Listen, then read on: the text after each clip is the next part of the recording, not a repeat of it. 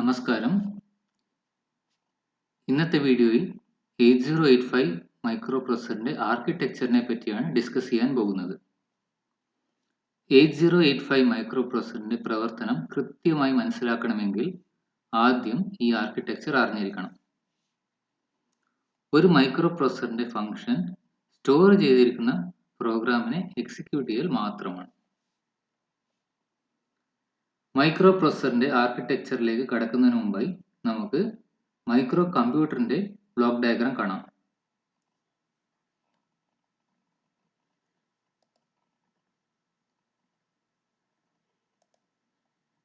ഈ ഒരു ബ്ലോക്ക് ഡയഗ്രത്തിൽ ഇവിടെ മൈക്രോ പ്രോസസർ എന്ന് എഴുതിയിരിക്കുന്നത് നിങ്ങൾക്ക് കാണാം. മൈക്രോ കമ്പ്യൂട്ടറിൽ മൈക്രോ പ്രോസസറിനെ കൂടാതെ ഒരു ഇൻപുട്ട് ഡിവൈസ്, ഒരു ഔട്ട്പുട്ട് ഡിവൈസ്, മെമ്മറി ഉണ്ട്.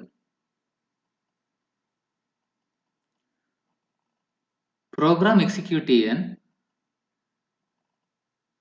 പ്രോഗ്രാമിനെ ആദ്യം മൈക്രോ പ്രോസസറിലേക്ക് എത്തിക്കണം. ആ ഒരു ഓപ്പറേഷനെയാണ് നമ്മൾ ഫെച്ചിങ് ഓപ്പറേഷൻ എന്ന് പറയുന്നത്. മെമ്മറിയിൽ പ്രോഗ്രാം സ്റ്റോർ ആയിട്ടുണ്ടാവും. ആ സ്റ്റോർ ചെയ്ത പ്രോഗ്രാമിനെ മൈക്രോ പ്രോസസറിലേക്ക് ഈ ഒരു ബസ് വഴി എത്തിക്കുന്ന ഓപ്പറേഷനെയാണ് നമ്മൾ ഫെച്ചിങ് ഓപ്പറേഷൻ എന്ന് പറയുന്നത്. ഫെച്ച് ചെയ്ത ഇൻസ്ട്രക്ഷനെ മനസ്സിലാക്കുന്ന സ്റ്റെപ്പാണ് അടുത്തത്. അതിനുവേണ്ടി ഈ മൈക്രോ പ്രോസസറിലുള്ള ഇൻസ്ട്രക്ഷൻ ഡീകോഡർ സഹായിക്കുന്നു. അതിനുശേഷം അറത്മെറ്റിക് ആൻഡ് ലോജിക്കൽ യൂണിറ്റ് ALU പ്രോഗ്രാമിനെ എക്സിക്യൂട്ട് ചെയ്യുന്നു. ഇങ്ങനെ 3 സ്റ്റെപ്പ് ആയിട്ടുള്ള പ്രോസസ് ആയിട്ടാണ് ഒരു മൈക്രോ പ്രോസസർ പ്രോഗ്രാമിനെ എക്സിക്യൂട്ട് ചെയ്യുന്നത്. ഈ 3 സ്റ്റെപ്പും ചേർന്നതിനെ നമ്മളൊരു ഇൻസ്ട്രക്ഷൻ സൈക്കിൾ എന്ന് പറയുന്നു. സോ ഇത്രയും മനസ്സിലാക്കിയ ശേഷം നമുക്ക് 8085ന്റെ ആർക്കിടെക്ചറിലേക്ക് കടക്കാം. സോ ഈ ഡയഗ്രത്തിൽ കാണിച്ചിരിക്കുന്നതാണ് 8085 മൈക്രോ പ്രോസസറിന്റെ ആർക്കിടെക്ചർ. ഇതിൽ നമ്മൾ ആദ്യമായി രജിസ്റ്ററിനെ പറ്റി ഡിസ്കസ് ചെയ്യാം. ഇവിടെ രജിസ്റ്റേഴ്സ് എഴുതിയിരിക്കുന്നത് നിങ്ങൾക്ക് കാണാം. BC, DE, H and L. ഇവയൊക്കെ നമ്മൾ മൈക്രോ പ്രോസസറിന്റെ 8085ന്റെ ജനറൽ പർപ്പസ് രജിസ്റ്റേഴ്സ് എന്ന് പറയുന്നു. ഏതൊരു രജിസ്റ്ററിന്റെയും മെയിൻ ഫംഗ്ഷൻ സ്റ്റോറേജ് ആണ്. മെമ്മറി ഒരു സ്റ്റോറേജ് ഡിവൈസ് ആണ് എങ്കിലും രജിസ്റ്റർ കമ്പാരിറ്റീവ്ലി ഒരു ചെറിയ സ്റ്റോറേജ് സ്പേസ് ആണ്. അതായത് ഒരു പ്രോഗ്രാം എക്സിക്യൂട്ട് ചെയ്യുമ്പോൾ അതിന് ആവശ്യമുള്ള ആ പ്രോഗ്രാമിന് ആവശ്യമുള്ള ഡാറ്റാസ് ടെമ്പററി സ്റ്റോർ ചെയ്യാൻ ഈ ഒരു രജിസ്റ്റർ സഹായിക്കുന്നു. നേരത്തെ പറഞ്ഞതുപോലെ 8085 മൈക്രോ പ്രോസസറിൽ 6 ജനറൽ പർപ്പസ് രജിസ്റ്റേഴ്സ് ആണുള്ളത്. BC, DE, H and L. ഇവയൊക്കെ 8-bit രജിസ്റ്റേഴ്സ് ആണ്. ഇവിടെ നിങ്ങൾക്ക് കാണാം ബ്രാക്കറ്റിൽ 8 എന്ന് എഴുതിയിരിക്കുന്നത്. അതിന്റെ അർത്ഥം ഓരോ രജിസ്റ്ററിലും 8 ബിറ്റ് സ്റ്റോർ ചെയ്യാൻ സാധിക്കും.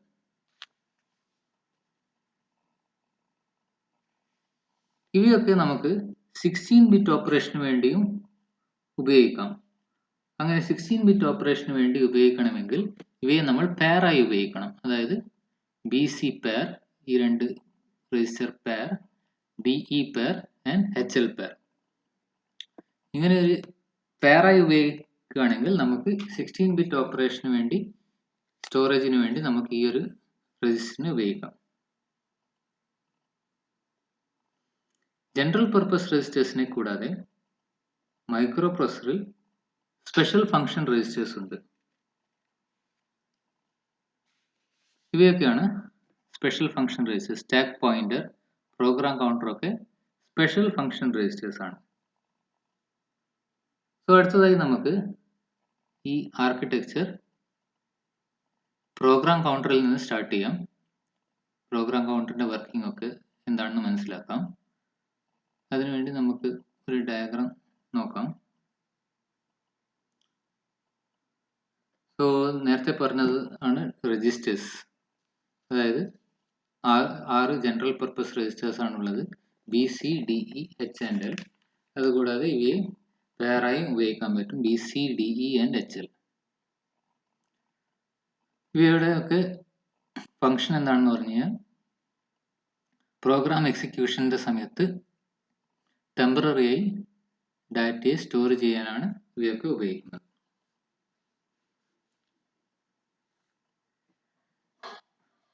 സോ അടുത്തത് പ്രോഗ്രാം കൗണ്ടറിനെ പറ്റി ഡിസ്കസ് ചെയ്യാം. ഇവിടെ പ്രോഗ്രാം കൗണ്ടർ എന്ന് എഴുതിയിരിക്കുന്നത് കാണാം. പ്രോഗ്രാം കൗണ്ടറിന്റെ ബ്രാക്കറ്റിൽ 16 എന്ന് എഴുതിയിരിക്കുന്നത് കാണാം. ഈ 16 16 ബിറ്റ് സ്റ്റോറേജിനെ ഇൻഡിക്കേറ്റ് ചെയ്യുന്നു. അതായത് 16 ബിറ്റ് ഇതിൽ സ്റ്റോർ ചെയ്യാൻ സാധിക്കും. നേരത്തെ പറഞ്ഞതുപോലെ തന്നെ 3 സ്റ്റെപ്പ് പ്രൊസീജിയറിലാണ് ഒരു മൈക്രോ പ്രോസസർ പ്രോഗ്രാമിനെ എക്സിക്യൂട്ട് ചെയ്യുന്നത്. ആദ്യമായി ഇൻസ്ട്രക്ഷനെ മെമ്മറിയിൽ നിന്നും ഫെച്ച് ചെയ്യണം. മെമ്മറിയിൽ ധാരാളം ഇൻസ്ട്രക്ഷൻസ് ഉണ്ടാവും. ഇതിൽ നിന്നും നമുക്ക് ആവശ്യമായ ഇൻസ്ട്രക്ഷൻ ഏതാണെന്ന് മനസ്സിലാക്കണം. ഏത് അഡ്രസ് ലൊക്കേഷനിലാണ് നമുക്ക് ആവശ്യമായ ഇൻസ്ട്രക്ഷൻ ഉള്ളതെന്ന് മനസ്സിലാക്കണം. ആ അഡ്രസ് ലൊക്കേഷൻ സ്റ്റോർ ചെയ്തിരിക്കുന്ന രജിസ്റ്ററാണ് പ്രോഗ്രാം കൗണ്ടർ. അതായത് പ്രോഗ്രാം കൗണ്ടറിന്റെ ഒരു ഡെഫിനിഷൻ എന്താണെന്ന് പറഞ്ഞാൽ it will store the address of next instruction to be executed. അടുത്ത ഇൻസ്ട്രക്ഷൻ ഏതാണോ എക്സിക്യൂട്ട് ചെയ്യേണ്ടത് അതിൻ്റെ അഡ്രസ് പ്രോഗ്രാം കൗണ്ടറിലായിരിക്കും സ്റ്റോർ ആയിട്ടുണ്ടാവുക. നമുക്ക് പ്രോഗ്രാം കൗണ്ടറിന്റെ ഒരു എക്സാമ്പിൾ നോക്കാം.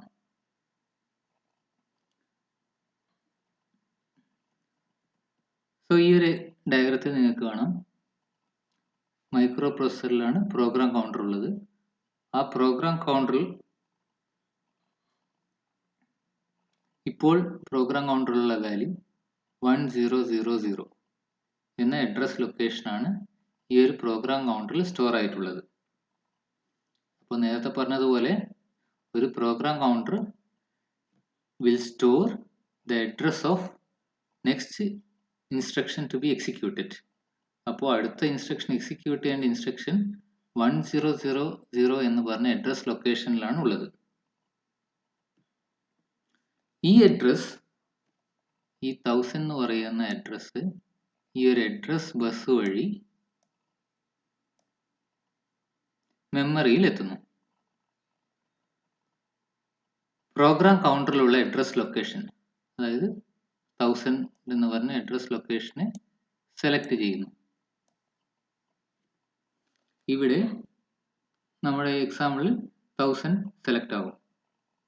ഇനി അടുത്തതായി ഈ അഡ്രസ്സിൽ സ്റ്റോർ ചെയ്ത ഡാറ്റയെ റീഡ് ചെയ്യണം. അതായത് ഈ 3A എന്ന് പറഞ്ഞ ഡാറ്റ റീഡ് ചെയ്യണം മൈക്രോ പ്രോസസറിന്. സോ അതിനുവേണ്ടി കൺട്രോൾ ബസ് വഴി ഒരു സിഗ്നൽ മെമ്മറിയിലേക്ക് എത്തുന്നു. റീഡ് എന്ന് പറഞ്ഞ സിഗ്നൽ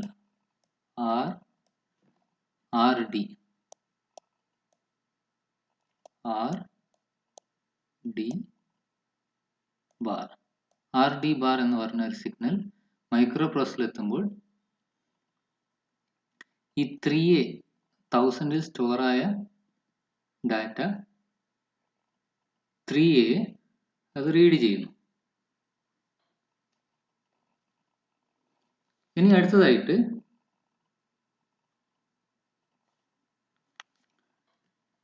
ഈ 3A ഡാറ്റ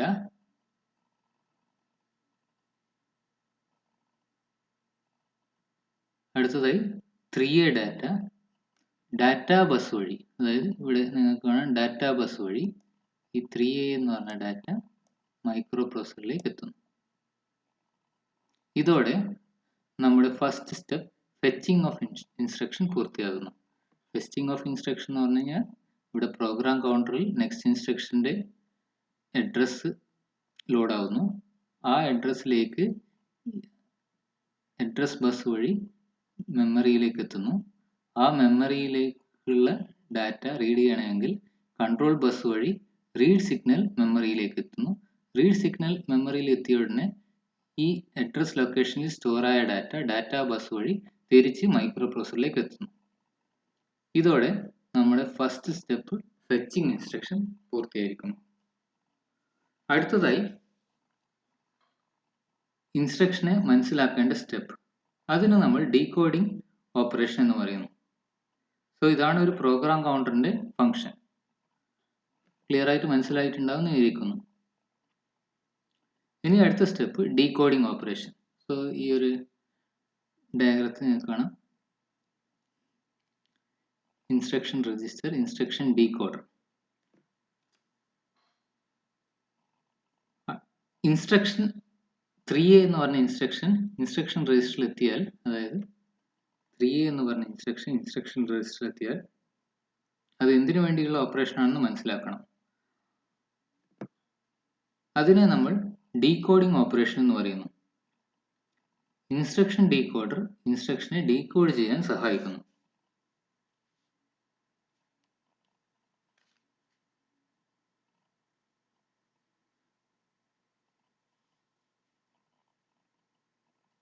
ഇവിടെ ഇപ്പം നമ്മൾ എടുത്ത എക്സാമ്പിളിൽ 1000 എന്ന് പറഞ്ഞ അഡ്രസ്സാണ് പ്രോഗ്രാം കൗണ്ടറിൽ സ്റ്റോർ ആയിരിക്കുന്നത്. സോ ഈ പ്രോഗ്രാം കൗണ്ടറിൽ സ്റ്റോർ ആയ 100 എന്ന് പറഞ്ഞ അഡ്രസ്സ് മെമ്മറിയിലേക്ക് എത്തുന്നത് രണ്ട് അഡ്രസ്, അതായത് ഇവിടെ നമുക്ക് കാണാം അഡ്രസ് ബഫർ, address/data buffer. അതായത് 1000 എന്ന അഡ്രസ്സ് 16-ബിറ്റ് അഡ്രസ് ആണ്. അതായത് 10 ഹയർ ഓർഡറും 10 ഹയർ ഓർഡറും 00 ലോവർ ഓർഡർ അഡ്രസ്സുമാണ്. സോ ഇത് ഇവിടെ സ്പ്ലിറ്റ് ആകുന്നു. അതായത് ഹയർ ഓർഡർ അഡ്രസ് ഈ ഒരു അഡ്രസ് ബഫർ വഴി മെമ്മറിയിലേക്ക് എത്തുന്നു. ലോവർ ഓർഡർ അഡ്രസ് 00 ഈ ഒരു address/data buffer വഴി മെമ്മറിയിലേക്ക് സെൻഡ് ചെയ്യപ്പെടുന്നു.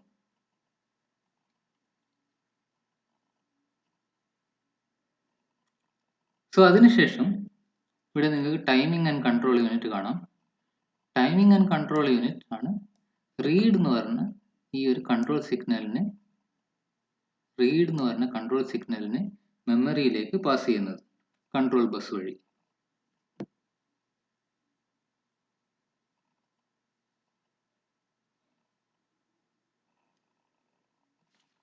ഈ റീഡ് എന്ന സിഗ്നൽ മെമ്മറിയിൽ എത്തിയ ഉടനെ മെമ്മറിയിൽ നിന്നും 1000 സ്റ്റോർ ചെയ്ത ഡാറ്റയായ 3A മ്യൂപിയിലേക്ക് എത്തുന്നു. അതായത് 1000 സ്റ്റോർ ആയ 3A എന്ന് പറഞ്ഞ ഡാറ്റ മ്യൂപിയിലേക്ക് തിരിച്ചു വരുന്നു. അതായത് മെമ്മറിയിൽ നിന്നും 3A എന്ന് പറഞ്ഞ ഡാറ്റ ഈ ഒരു address/data buffer. എന്തുകൊണ്ടാണ് നമ്മൾ ഇതിനെ address/data buffer എന്ന് പറയുന്നത് പറഞ്ഞാൽ ലോവർ ഓർഡർ അഡ്രസ് നമ്മൾ സെൻഡ് ചെയ്യുന്നത് ഈ ഒരു അഡ്രസ് ബസ് വഴിയാണ്. അതേ അഡ്രസ് ബസ് വഴി നമുക്ക് മെമ്മറിയിൽ നിന്ന് റീഡ് ചെയ്യേണ്ട ഡാറ്റ ഈ ഒരു അഡ്രസ് ബസ് വഴി തന്നെയാണ് തിരിച്ച് മൈക്രോ പ്രോസസറിലേക്ക് എത്തുന്നത്. അതുകൊണ്ടാണ് ഇതിനെ address/data buffer എന്ന് പറയുന്നത്.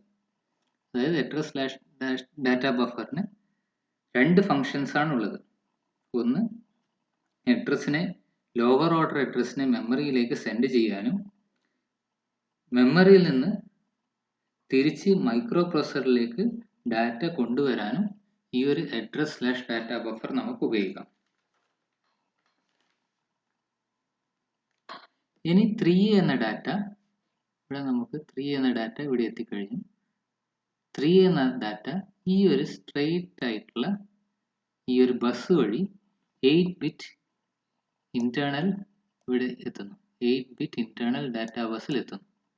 ഈ ഒരു ബസ് എന്ന് പറഞ്ഞാൽ സെറ്റ് ഓഫ് വയേഴ്സ്, ആ വയേഴ്സ് വഴി 8-ബിറ്റ് ഇന്റേണൽ ഡാറ്റാ ബസ്സിലേക്ക് എത്തുന്നു. 3A ഡാറ്റ ഇൻസ്ട്രക്ഷൻ രജിസ്റ്ററിൽ സ്റ്റോർ ആവും. ഇത്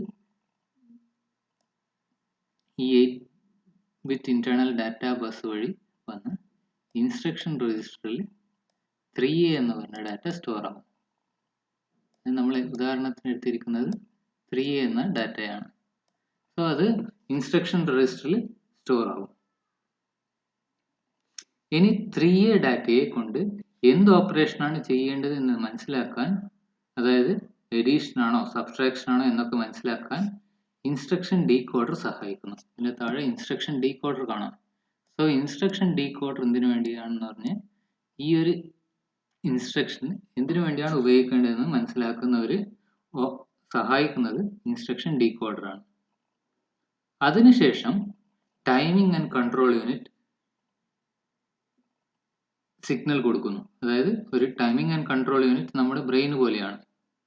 ബ്രെയിനിൽ നിന്ന് സിഗ്നൽ കിട്ടിയാൽ മാത്രമേ നമുക്ക് ശരീരത്തിലെ അവയവങ്ങൾ അതിനനുസരിച്ച് പ്രവർത്തിക്കാൻ പറ്റൂ. അതുപോലെ തന്നെ ടൈമിംഗ് ആൻഡ് കൺട്രോൾ യൂണിറ്റിൽ നിന്നും സിഗ്നൽ കിട്ടുന്നതനുസരിച്ച് ആർക്കിടെക്ചറിലുള്ള മറ്റ് ബ്ലോക്സ് അതിൻ്റെ ജോലി ചെയ്യുന്നു. എന്തൊക്കെ ജോലിയാണ് ആരൊക്കെ ഏത് സമയത്ത് ചെയ്യണമെന്ന സിഗ്നൽ കൊടുക്കുന്നത് ടൈമിംഗ് ആൻഡ് കൺട്രോൾ യൂണിറ്റ് ആണ്.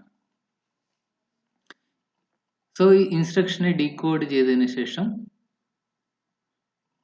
എക്സിക്യൂഷൻ നടക്കുന്നു. എക്സിക്യൂഷൻ നടക്കുന്നത് അറത്മെറ്റിക് ആൻഡ് ലോജിക്കൽ യൂണിറ്റിലാണ് എക്സിക്യൂഷൻ നടക്കുന്നത്, ALU. അതായത് എഡിഷൻ, സബ്ട്രാക്ഷൻ ആൻഡ് ഓർ ഇങ്ങനെയുള്ള എല്ലാ ഓപ്പറേഷൻസും അറത്മെറ്റിക് ആൻഡ് ലോജിക്കൽ യൂണിറ്റ് ചെയ്യുന്നു. ALUവിലേക്ക് നിങ്ങൾ നോക്കിയാൽ 2 ഇൻപുട്സ് ആണുള്ളത്. ഒരു ഇൻപുട്ട് ടെമ്പററി രജിസ്റ്ററിൽ നിന്നും രണ്ടാമത്തെ ഇൻപുട്ട് അക്യുമുലേറ്ററിൽ നിന്നും വന്നിരിക്കുന്നു.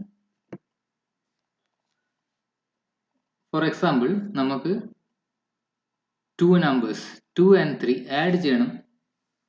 ഒരു നമ്പർ അക്യുമുലേറ്ററിൽ സ്റ്റോർ ആകും. അതായത് ഫസ്റ്റ് ഓപ്പറൻഡ് 2 അക്യുമുലേറ്ററിൽ സ്റ്റോർ ആവും. അടുത്ത ഓപ്പറൻഡ് 3 ടെമ്പററി രജിസ്റ്ററിൽ സ്റ്റോർ ആവും.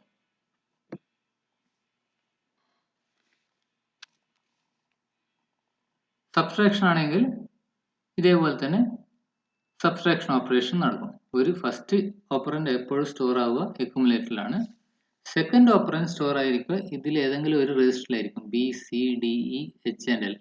അതിൽ നിന്നും ഡാറ്റയെ ടൈമിംഗ് ആൻഡ് കൺട്രോൾ സിഗ്നലിൽ നിന്നും ഒരു സിഗ്നൽ കിട്ടിയ ഉടനെ ഡാറ്റയെ ഈ ഒരു 8-bit ഇന്റേണൽ ഡാറ്റാ ബസ് വഴി ടെമ്പററി രജിസ്റ്ററിൽ എത്തിക്കും. ഫസ്റ്റ് ഡാറ്റ അക്യുമുലേറ്ററിൽ സ്റ്റോർ ആയിരിക്കും. രണ്ടാമത്തെ ഡാറ്റ ടെമ്പററി രജിസ്റ്ററിൽ ടെമ്പററിയായി സ്റ്റോർ ആയിരിക്കും. അതായത് ഇപ്പോൾ എക്സിക്യൂട്ട് ചെയ്യേണ്ട ഡാറ്റ മാത്രം ടെമ്പററി രജിസ്റ്ററിൽ സ്റ്റോർ ആയിരിക്കും. ഉദാഹരണത്തിന് ആഡ് B എന്ന് പറഞ്ഞ ഇൻസ്ട്രക്ഷനാണ് നമ്മൾ ഉപയോഗിക്കുന്നതാണെങ്കിൽ ഫസ്റ്റ് ഡാറ്റ 2 അക്യുമുലേറ്ററിൽ സ്റ്റോർ ആകും. രണ്ടാമത്തെ ഡാറ്റ 3 B രജിസ്റ്ററിൽ സ്റ്റോർ ആകും. ടൈമിംഗ് ആൻഡ് കൺട്രോൾ യൂണിറ്റിൽ നിന്നും സിഗ്നൽ കിട്ടിയാൽ ഉടനെ B രജിസ്റ്ററിൽ സ്റ്റോർ ആയ 3 ടെമ്പററി രജിസ്റ്ററിലേക്ക് ട്രാൻസ്ഫർ ആകുന്നു. സോ ഇപ്പോൾ അക്യുമുലേറ്ററിൽ ഫസ്റ്റ് ഡാറ്റ 2 ടെമ്പററി രജിസ്റ്ററിൽ സെക്കൻഡ് ഡാറ്റ 3യുമാണ് ഉള്ളത്. ALU ഇതിനെ രണ്ടിനെയും ആഡ് ചെയ്ത് അതിനുശേഷം ഈ ഒരു ബസ് നിങ്ങൾക്ക് കാണാം. ഈ ബസ് വഴി തിരിച്ച് റിസൾട്ടിനെ അക്യുമുലേറ്ററിലേക്ക് എത്തിക്കുന്നു. ഇപ്പോൾ അക്യുമുലേറ്ററിന്റെ വാല്യൂ 2 + 3 = 5 എന്ന് പറഞ്ഞ ഡാറ്റ ആയിരിക്കും ഇപ്പോൾ അക്യുമുലേറ്ററിൽ സ്റ്റോർ ആയിട്ടുണ്ടാവുക. അതായത് അക്യുമുലേറ്ററിന് പ്രധാനമായി 2 ഫങ്ഷൻസ് ആണ് ഉള്ളത്. എപ്പോഴും ഫസ്റ്റ് ഓപ്പറൻഡ് അക്യുമുലേറ്ററിലായിരിക്കും സ്റ്റോർ ആയിരിക്കുക. അതുപോലെ തന്നെ റിസൾട്ട് ഓഫ് ഓപ്പറേഷൻ എപ്പോഴും സ്റ്റോർ ചെയ്യുന്നത് അക്യുമുലേറ്ററിലായിരിക്കും. സോ അടുത്തതായിട്ട് നമുക്ക്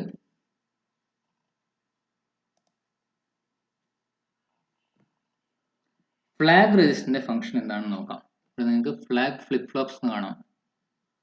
ഈ ഫ്ലാഗ് ഫ്ലിപ്പ് ഫ്ലോപ്സ്, സോ ഇതൊരു 8-bit രജിസ്റ്റർ ആണ്. സോ അടുത്തതായിട്ട് ഈ ഫ്ലാഗ് രജിസ്റ്ററിന്റെ ഫംഗ്ഷൻ എന്താണെന്ന് മനസ്സിലാക്കാം. ഈ ഫ്ലാഗ് രജിസ്റ്ററിന് മനസ്സിലാക്കാൻ വേണ്ടി ഒരു ഡയഗ്രാം നമുക്ക് നോക്കാം. ഇതാണ് ഫ്ലാഗ് രജിസ്റ്ററിന്റെ ഡയഗ്രാം. ഇവിടെ ഫ്ലാഗ് രജിസ്റ്ററിൽ 5 ഫ്ലിപ്പ് ഫ്ലോപ്സ് ഉപയോഗിച്ചാണ് ഫ്ലാഗ് രജിസ്റ്റർ ഉണ്ടാക്കിയിരിക്കുന്നത്. അതായത് 8085-ൽ 5 ഫ്ലാഗ് ആണ് ഉള്ളത്. ഈ ഫ്ലാഗ്സ് എല്ലാം അക്യുമുലേറ്ററിൽ സ്റ്റോർ ചെയ്ത റിസൾട്ടിന്റെ സ്റ്റാറ്റസ് മനസ്സിലാക്കാനാണ് നമ്മൾ ഉപയോഗിക്കുന്നത്. ഉദാഹരണത്തിന് ഇവിടെ നമുക്ക് ഫ്ലാഗ് രജിസ്റ്ററിൽ D7 ബിറ്റിൽ S എന്ന് എഴുതിയിരിക്കുന്നത് കാണാം. എസ് എന്ന് എഴുതിയാൽ അതിനർത്ഥം സൈൻ ഫ്ലാഗ്. ഈ ഫ്ലാഗ് രജിസ്റ്ററിലുള്ള D7 ബിറ്റിന്റെ വാല്യൂ 1 ആണെങ്കിൽ റിസൾട്ട് നെഗറ്റീവ് ആയിരിക്കും. അതായത് അക്യുമുലേറ്ററിൽ സ്റ്റോർ ചെയ്ത റിസൾട്ട് ഒരു നെഗറ്റീവ് നമ്പർ ആണെങ്കിൽ ഈ സൈൻ ബിറ്റിന്റെ വാല്യൂ എസ് വാല്യൂ 1 ആയിരിക്കും. നേരെ മറിച്ച് അക്യുമുലേറ്ററിൽ സ്റ്റോർ ചെയ്ത റിസൾട്ടിന്റെ വാല്യൂ പോസിറ്റീവ് ആണെങ്കിൽ സൈൻ ബിറ്റിന്റെ വാല്യൂ 0 ആയിരിക്കും. സോ സ്റ്റാറ്റസ് മനസ്സിലാക്കാൻ വേണ്ടിയാണ് ഈ ഒരു സൈൻ ഫ്ലാഗ് ഉപയോഗിക്കുന്നത്. വെദർ ദ റിസൾട്ട് അക്യുമുലേറ്ററിൽ സ്റ്റോർ ചെയ്ത റിസൾട്ട് പോസിറ്റീവ് നമ്പർ ആണോ നെഗറ്റീവ് നമ്പർ ആണോ എന്ന് മനസ്സിലാക്കാൻ. D7ൽ സ്റ്റോർ ചെയ്ത ബിറ്റിന്റെ വാല്യൂ 1 ആണെങ്കിൽ അതിനർത്ഥം അക്യുമുലേറ്ററിൽ സ്റ്റോർ ചെയ്ത റിസൾട്ട് ഒരു പോസിറ്റീവ് നമ്പർ ആണ്. 1 ആണെങ്കിൽ അക്യുമുലേറ്ററിൽ സ്റ്റോർ ചെയ്ത റിസൾട്ടിന്റെ വാല്യൂ ഒരു നെഗറ്റീവ് നമ്പർ ആണ്. 0 ആണെങ്കിൽ അക്യുമുലേറ്ററിൽ സ്റ്റോർ ചെയ്ത റിസൾട്ട് ഒരു പോസിറ്റീവ് നമ്പർ ആണെന്ന് മനസ്സിലാക്കാം. സോ അതിനുവേണ്ടിയാണ് സൈൻ ഫ്ലാഗ് ഉപയോഗിക്കുന്നത്. ഇനി അടുത്തതായി സീറോ ഫ്ലാഗ്. ഒരു ഓപ്പറേഷൻ നടന്നതിന് ശേഷം അക്യുമുലേറ്ററിന്റെ വാല്യൂ 0 ആയിക്കഴിഞ്ഞാൽ ഈ സീറോ ഫ്ലാഗ് സെറ്റ് ആകും. അതായത് 3 - 3 റിസൾട്ട് എന്തായിരിക്കും? 0 ആയിരിക്കും.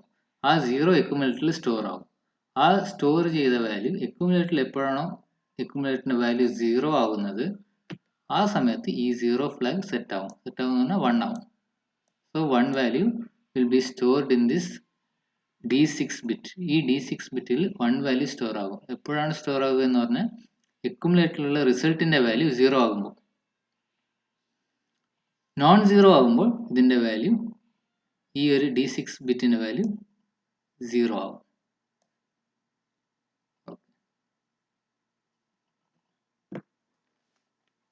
അടുത്തത് ഓക്സിലറി ക്യാരി ഫ്ലാഗ്. ഇവിടെ നമ്മൾ D4 ബിറ്റ് എന്തിനു വേണ്ടി ഉപയോഗിക്കുന്നതാണ്? Auxiliary carry flag.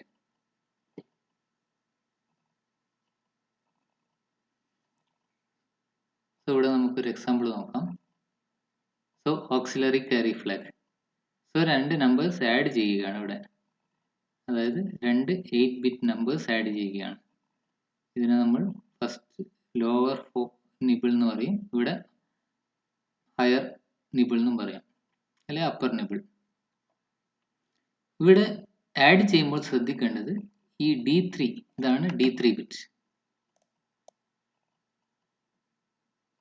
ഇതാണ് D3 bit. D3 bit 2 add ചെയ്യുമ്പോൾ ഒരു ക്യാരി വരികയാണെങ്കിൽ ഓക്സിലറി ക്യാരി ഫ്ലാഗ് സെറ്റ് ആകും. അതായത് ഇവിടെ 1 + 1 നമുക്കറിയാം, 1 + 1 1 0. സോ 0 ഇവിടെ എഴുതി ഈ ഒരു ക്യാരി ഇവിടെ പ്രൊഡ്യൂസ് ആവുന്നുണ്ട്. 1 എന്ന് പറഞ്ഞ ഒരു ക്യാരി ഇവിടെ പ്രൊഡ്യൂസ് ആവുന്നുണ്ട്. അങ്ങനെ ക്യാരി പ്രൊഡ്യൂസ് ആവുകയാണെങ്കിൽ ഓക്സിലറി ക്യാരി ഫ്ലാഗ് സെറ്റ് ആകും. അതായത് ഇവിടെ D4 ബിറ്റിന്റെ വാല്യൂ 1 ആകും. അതർവൈസ് ഇതിന്റെ വാല്യൂ 0 ആയിരിക്കും. അങ്ങനെ അവിടെ ഒരു ക്യാരി ഇല്ലെങ്കിൽ ഈ ഒരു ഓക്സിലറി ക്യാരി ബിറ്റിന്റെ വാല്യൂ 0 ആയിരിക്കും. അടുത്തതായി പാരിറ്റി ഫ്ലാഗ് എന്താണെന്ന് നോക്കാം. അതായത് D2ലാണ് പാരിറ്റി ഫ്ലാഗ് ഉള്ളത്. പാരിറ്റി ഫ്ലാഗ് എന്തിനു വേണ്ടിയാണ് നമ്മൾ ഉപയോഗിക്കുന്നതെന്ന് നോക്കാം. അക്യുമുലേറ്ററിൽ സ്റ്റോർ ചെയ്ത റിസൾട്ടിന്റെ വൺസ് എല്ലാം കൗണ്ട് ചെയ്ത് നോക്കുമ്പോൾ ഒരു ഈവൻ നമ്പർ ഓഫ് വൺസ് കിട്ടുകയാണെങ്കിൽ parity flag will be set. അതായത് റിസൾട്ടിൽ ഇപ്പോൾ 1 1 0 1 0 1 1 1. സോ ഇതിലിപ്പോൾ അക്യുമുലേറ്ററിൽ സ്റ്റോർ ചെയ്ത റിസൾട്ട് ഇതാണെങ്കിൽ നമ്പർ ഓഫ് വൺസ് കൗണ്ട് ചെയ്ത് നോക്കുക. 1 2 3 4 5 6 6 നമ്പർ ഓഫ് വൺസ് ആണുള്ളത്. ആ 6 നമ്പർ ഓഫ് വൺസ് നമുക്കറിയാം അതൊരു ഈവൺ നമ്പർ ആണ്. അങ്ങനെ നമ്പർ ഓഫ് വൺസ് ഈവൺ ആണെങ്കിൽ പാരിറ്റി ബിറ്റിന്റെ വാല്യൂ 1 ആകും. അതായത് ഇവിടെയുള്ള പാരിറ്റി ബിറ്റ് D2 ബിറ്റിന്റെ വാല്യൂ 1 ആകും. ഓഡ് നമ്പർ ഓഫ് വൺസ് ആണെങ്കിൽ പാരിറ്റി ബിറ്റിന്റെ വാല്യൂ 0 ആകും. ഏറ്റവും അവസാനത്തെ ഫ്ലാഗ് ക്യാരി ഫ്ലാഗ്. രണ്ട് നമ്പേഴ്സിനെ ആഡ് ചെയ്യാൻ നമ്മൾ രണ്ട് നമ്പേഴ്സിനെ ആഡ് ചെയ്താൽ ഫൈനൽ റിസൾട്ടിന് ക്യാരി ഉണ്ടെങ്കിൽ ഈ ഒരു ഫ്ലാഗ് സെറ്റ് ആകും. അതായത് ഫൈനൽ റിസൾട്ട്, അതായത് ഇതാണ് ഫൈനൽ. ഈ എൻഡിലുള്ള രണ്ട് നമ്പേഴ്സ് ആഡ് ചെയ്ത് കഴിഞ്ഞാൽ, അതായത് D7 ബിറ്റ് രണ്ടും ആഡ് ചെയ്ത് 1+1 ഇവിടെ വരികയാണെങ്കിൽ ഒരു ക്യാരി പ്രൊഡ്യൂസ് ആവും. അങ്ങനെ ക്യാരി വരികയാണെങ്കിൽ ഈ ഒരു ക്യാരി ഫ്ലാഗ് സെറ്റ് ആവും. ക്യാരി ഇല്ലെങ്കിൽ ആ ക്യാരി ഫ്ലാഗിന്റെ വാല്യൂ 0 ആയിരിക്കും. ക്യാരി ബിറ്റിന്റെ വാല്യൂ 0 ആയിരിക്കും. സോ ഇത്രയും ഫ്ലാഗ്സിനെ 5 ഫ്ലാഗ്സിനെ പറ്റി നമ്മൾ ഡിസ്കസ് ചെയ്ത് കഴിഞ്ഞു. ഇനി അടുത്തതായിട്ട് നമുക്ക് സ്റ്റാക്ക് പോയിന്ററിനെ പറ്റി ഡിസ്കസ് ചെയ്യാം. സോ അതിനുവേണ്ടി ആദ്യമായി സ്റ്റാക്ക് എന്താണെന്ന് മനസ്സിലാക്കാം. സോ സ്റ്റാക്ക് എന്താണെന്ന് മനസ്സിലാക്കുന്നതിന് വേണ്ടി ഒരു ഡയഗ്രാം കാണാം നിങ്ങൾക്ക്. അതായത് ബുക്സ് നമ്മൾ അട്ടിയായി അടുക്കി വെക്കുന്നത് സങ്കല്പിക്കുക. ഇങ്ങനെ അട്ടിയായി അടുക്കി വെക്കുന്നതിനാണ് സ്റ്റാക്കിംഗ് എന്ന് പറയുന്നത്. അതുപോലെ മെമ്മറിയിൽ ഒരു പ്രത്യേക ലൊക്കേഷനെയാണ് സ്റ്റാക്ക് എന്ന് പറയുന്നത്. ഇവിടെ ഈ ഒരു സ്റ്റാക്കിൽ ഡാറ്റ 1 by 1 ആയി സ്റ്റോർ ചെയ്യുന്നു. സ്റ്റാക്ക് മെമ്മറിയുടെ പ്രത്യേകത എന്ന് പറഞ്ഞാൽ last in first out. Last store ചെയ്ത ഡാറ്റ ഫസ്റ്റ് പുറത്തെടുക്കും. ഈ ഒരു ഡയഗ്രത്തിൽ നിങ്ങൾക്ക് മനസ്സിലാവും. മെമ്മറിയിൽ പുഷ് ഇൻസ്ട്രക്ഷൻ ഉപയോഗിച്ച് നമുക്ക് സ്റ്റാക്കിലേക്ക് ഡാറ്റ സ്റ്റോർ ചെയ്യാൻ പറ്റും. സോ 1 by 1 ആയി ഡാറ്റ ഇതിലേക്ക് സ്റ്റോർ ആവും. അടുത്തതായിട്ട് ഇതിനെ നമ്മൾ പോപ്പ് ഇൻസ്ട്രക്ഷൻ വെച്ച് ഡാറ്റ പുറത്തേക്ക് എടുക്കുകയാണെങ്കിൽ ഏറ്റവും ലാസ്റ്റ് സ്റ്റോർ ആയ ഡാറ്റ ആയിരിക്കും ഫസ്റ്റ് പുറത്തേക്ക് വരിക. അതാണ് ലാസ്റ്റ് ഇൻ ഫസ്റ്റ് ഔട്ട്. സ്റ്റാക്കിനെ അതുകൊണ്ടാണ് last in first out memory എന്ന് പറയുന്നത്.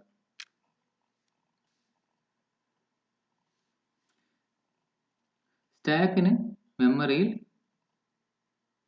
സ്റ്റാക്ക് അല്ലാത്ത മെമ്മറി റാൻഡം ആയിട്ടായിരിക്കും ഡാറ്റ ഓർഡർ ചെയ്തിട്ടുണ്ടാവുക. പക്ഷെ സ്റ്റാക്കിൽ ഡാറ്റയൊക്കെ ഓർഡറായി അടുക്കി വെച്ച മാതിരിയായിരിക്കും ഉണ്ടായിരിക്കുക.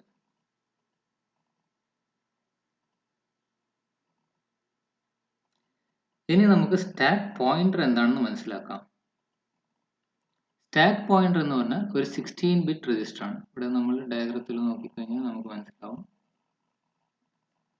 സ്റ്റാക്ക് പോയിന്റർ ഇവിടെയാണ് സ്റ്റാക്ക് പോയിന്റർ ഉള്ളത്. ബ്രാക്കറ്റ് 16 എന്ന് എഴുതിയിരിക്കുന്നത് കാണാം. സ്റ്റാക്ക് പോയിന്റർ ഒരു 16 ബിറ്റ് രജിസ്റ്റർ ആണ്.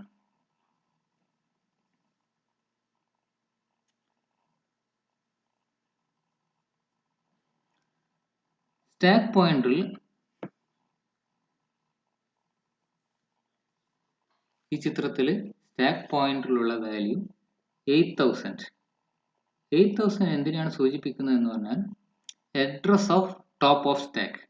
അതായത് ഇതാണ് മെമ്മറി ലൊക്കേഷനുള്ള സ്റ്റാക്ക് എന്ന് പറഞ്ഞ ലൊക്കേഷന്റെ സ്റ്റാക്ക് എന്ന് പറഞ്ഞ മെമ്മറിയുടെ സ്ഥലം. സോ ആ മെമ്മറിയിലേക്ക് നമ്മൾ ആഡ് ചെയ്തിരിക്കുകയാണ് ഡാറ്റയെ. സോ ആഡ് ചെയ്യുമ്പോൾ ഏറ്റവും ടോപ്പ് ഓഫ് സ്റ്റാക്കിന്റെ അഡ്രസ് ഈ സ്റ്റാക്ക് പോയിന്റർ പോയിന്റ് ചെയ്യും. So stack pointer will point to the address of top of stack.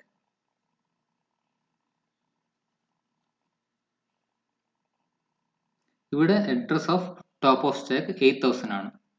Top of സ്റ്റാക്കിന്റെ അഡ്രസ് 8000 ആണ് സ്റ്റോർ ആയിരിക്കുന്നത്. ഫോർ എക്സാമ്പിൾ ഒരു ഡാറ്റ ഇതിൽ നിന്നും പുറത്തേക്ക് എടുക്കുകയാണെങ്കിൽ ഇപ്പോൾ സ്റ്റാക്കിന്റെ ടോപ്പ് ഓഫ് സ്റ്റാക്കിന്റെ അഡ്രസ് 8001. സോ 8001 ആയിരിക്കും സ്റ്റാക്ക് പോയിന്ററിൽ സ്റ്റോർ ആവുക. സോ ഏത് അഡ്രസ് ആണോ ടോപ്പ് ഓഫ് സ്റ്റാക്കിലുള്ളത് ആ അഡ്രസ്സിനെ പോയിന്റ് ചെയ്യുന്ന ഒരു പോയിന്റർ ആണ് സ്റ്റാക്ക് പോയിന്റർ.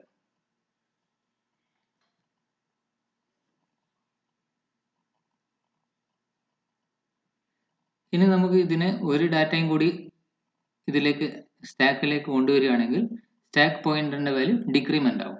അതായത് സ്റ്റാക്ക് പോയിന്ററിന്റെ വാല്യൂ ഒരു ഡാറ്റ ഇതിൽ നിന്നും സ്റ്റാക്കിൽ നിന്ന് എടുത്തു മാറ്റുകയാണെങ്കിൽ സ്റ്റാക്ക് പോയിന്ററിന്റെ വാല്യൂ ഇൻക്രിമെന്റ് ആവും, 8001 ആവും. അതേപോലെ ഒരു ഡാറ്റ എക്സ്ട്രാ ആഡ് ചെയ്യുകയാണെങ്കിൽ സ്റ്റാക്ക് പോയിന്ററിന്റെ വാല്യൂ 1 ഒരു വാല്യൂ റെഡ്യൂസ് ആവും.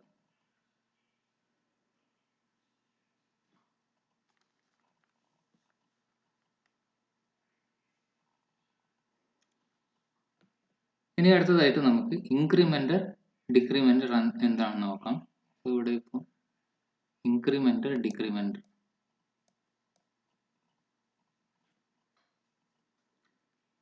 ഇതൊരു 16 ബിറ്റ് രജിസ്റ്റർ ആണ്.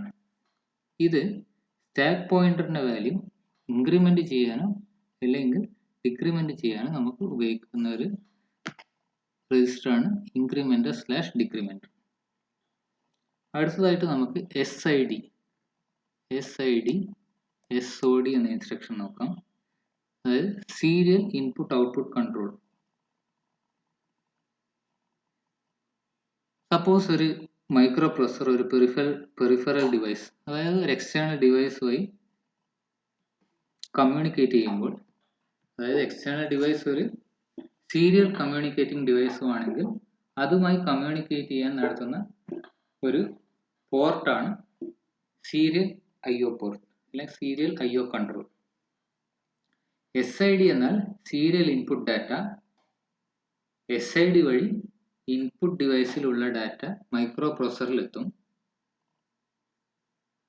SOD വഴി സീരിയൽ ഔട്ട്പുട്ട് ഡാറ്റ, അതായത് മൈക്രോ പ്രോസസറിൽ നിന്ന് സീരിയൽ ഡിവൈസിലേക്ക് ഡാറ്റ സെൻഡ് ചെയ്യണമെങ്കിൽ SOD വഴിയായിരിക്കും ഡാറ്റ സെൻഡ് ചെയ്യുക.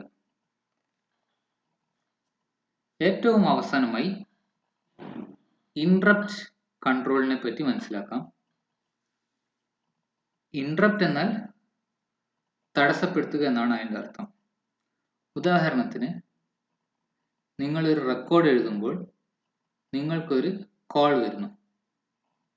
നിങ്ങൾ സ്വാഭാവികമായി ആ കോൾ അറ്റൻഡ് ചെയ്തു. അറ്റൻഡ് ചെയ്യുന്ന നേരം നിങ്ങൾ ആ ഒരു റെക്കോർഡ് എഴുതുന്ന വർക്ക് താൽക്കാലികമായി തടസ്സപ്പെടുന്നു. കോൾ സംസാരിച്ചു കഴിഞ്ഞതിന് ശേഷം വീണ്ടും നിങ്ങൾ റെക്കോർഡ് എഴുതുന്ന ജോലി തുടരുന്നു. ഇതുപോലെയാണ് MUPIയുടെ ഇന്ററപ്റ്റ് കൺട്രോൾ. ഒരു എക്സ്റ്റേണൽ ഡിവൈസിൽ നിന്നും സിഗ്നൽ വരുമ്പോൾ തൽക്കാലത്തേക്ക് ഇപ്പോൾ എക്സിക്യൂട്ട് ചെയ്യുന്ന പ്രോഗ്രാമിനെ മൈക്രോ പ്രോസസർ നിർത്തിവെച്ച് എക്സ്റ്റേണൽ ഡിവൈസുമായി കമ്മ്യൂണിക്കേറ്റ് ചെയ്യുന്നു. അതിനുശേഷം വീണ്ടും വന്ന് പ്രോഗ്രാമിനെ എക്സിക്യൂട്ട് ചെയ്യുന്നു.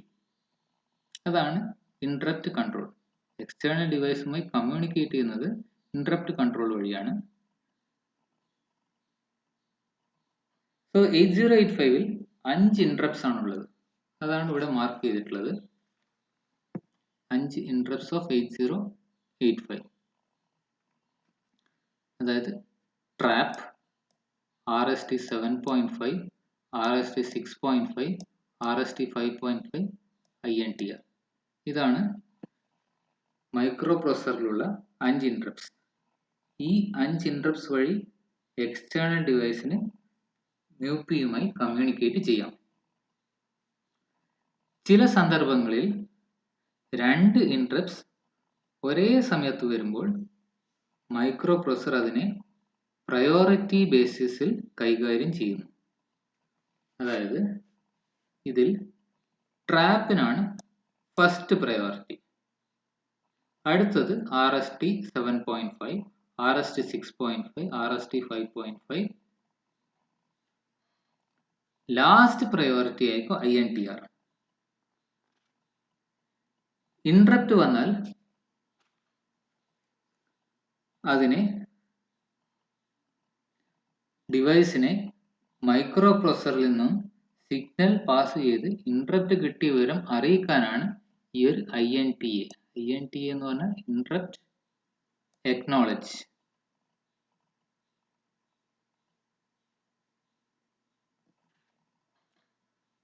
സോ ഇത്രയും കാര്യങ്ങളാണ് നമുക്കൊരു 8085 മൈക്രോ പ്രോസസറിന്റെ ആർക്കിടെക്ചർ മനസ്സിലാക്കാനുള്ളത്.